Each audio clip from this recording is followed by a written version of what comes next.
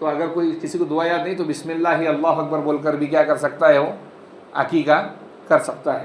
تو یہ ان دنوں میں جو قربانی کے دنوں میں ہے، ان دنوں میں عقیقے کے مسئلے بھی لوگ یاد رکھتے ہیں، تو اگر کوئی عقیقہ دینا چاہے تو دے سکتا ہے۔ بہرحال قربانی ایک بہت ہی محترم بشان عبادت ہے۔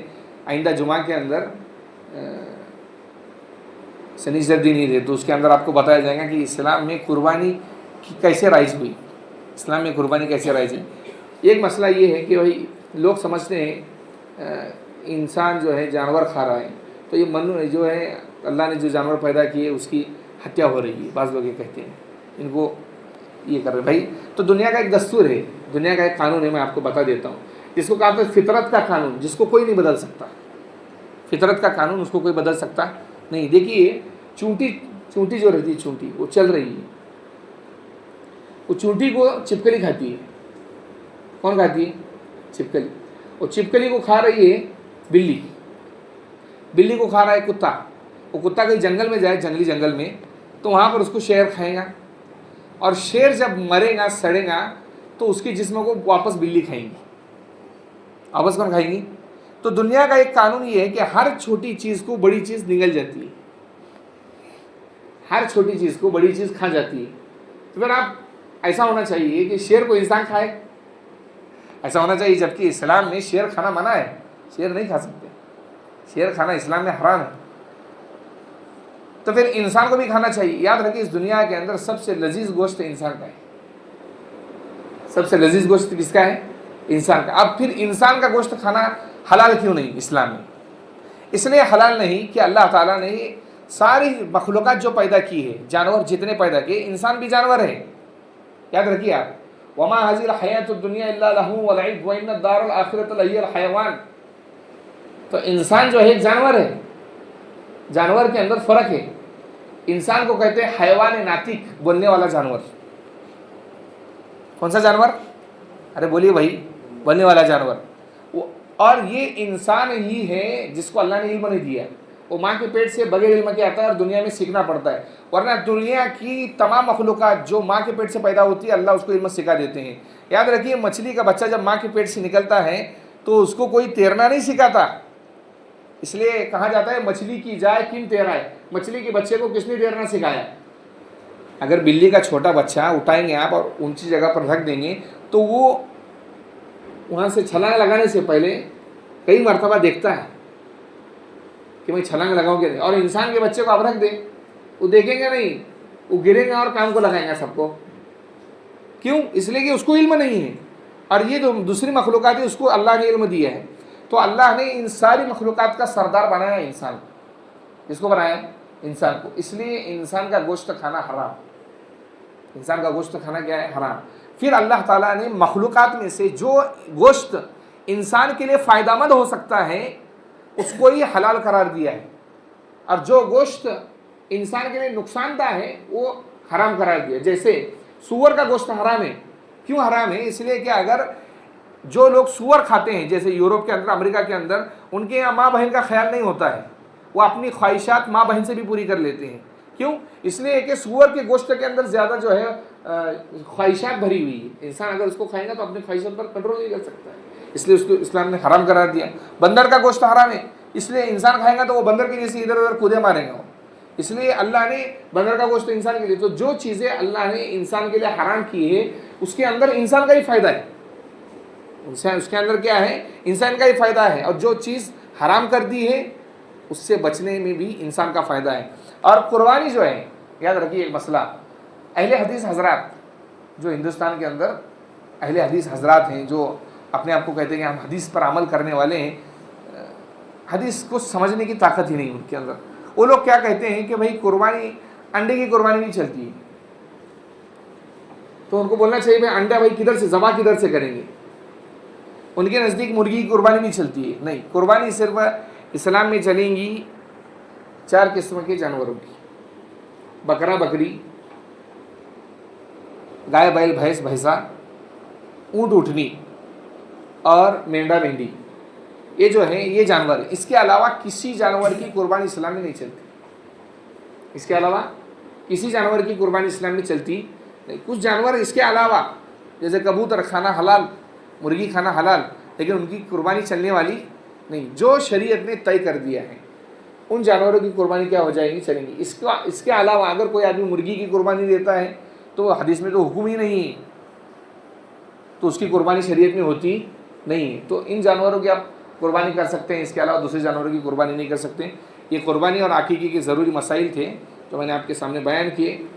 آئندہ جمعہ کے اندر انشاءاللہ قربانی کے اللہ تعالیٰ نے اس امت میں قربانی کو رائج کیوں کیا ہے. اور قربانی سے یاد رکھیے، جو لوگ کہتے ہیں نا کہ بھائی قربانی کرنا جانوروں پر ظلم ہے، ہر دھرم کو آپ اگر چھان ماریں گے تو اس کے اندر قربانی ملیں گے.